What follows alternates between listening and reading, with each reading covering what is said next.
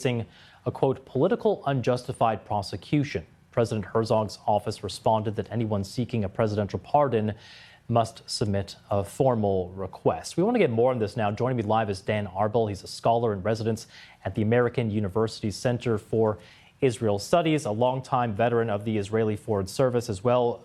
Great to have you here. We heard Mr. Trump there, kind of asking for this pardon. What's your reaction to that? Is this something that we've seen take place in the past in terms of these two countries? Well, this is unprecedented, and it's an improper intervention in an Israeli legal proceeding. Netanyahu's trial continues, and any intervening in that process is not something that needs to be done. Trump, in his speech at the Knesset last month, when he visited, he stated it, at his speech, asking the president to pardon Netanyahu.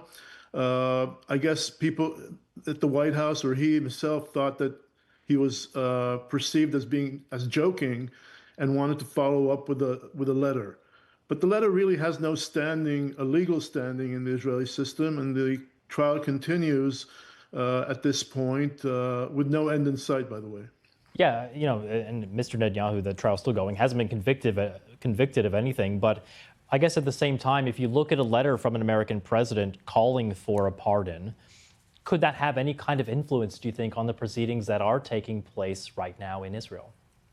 So it does create, or it adds to attempts by Netanyahu and his inner circle and political allies to create a public atmosphere in which a pardon could be seriously considered. But at the end of the day, it has to do with a decision by the president. And according to Israeli law, a president cannot issue a pardon for somebody who's not been convicted, or there's no verdict yet. So as long as the proceedings continue, Herzog cannot intervene. Once they're over, he perhaps could intervene. Or if the sides reach a plea bargain, then the president can step in and issue a pardon, but not a moment before that.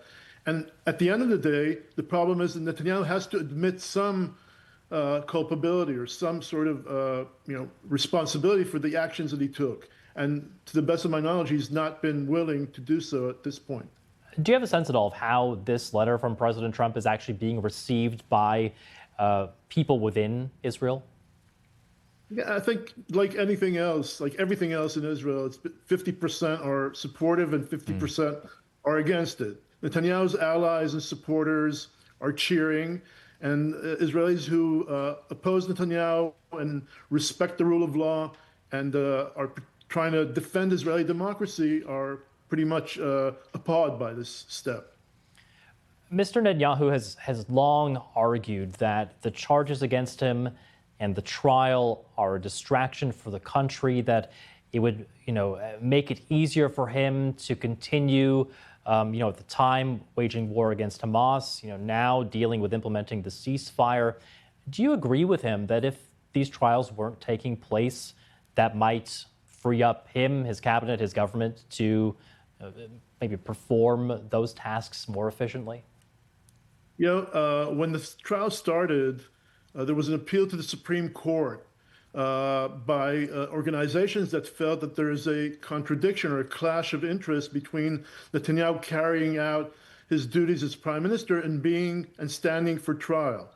And he assured the judges that he would, handle state affairs and will continue to rule in a proper manner, and that the court proceedings will not hamper those efforts. Now we're seeing day by day that the court proceedings are clashing with Netanyahu being able to. He's not properly functioning and running the country, and as this continues, this trial has also become a farce, as he's been trying to delay the proceedings. A simple trial that was supposed to last not more than a year or two is already in its 6th year now.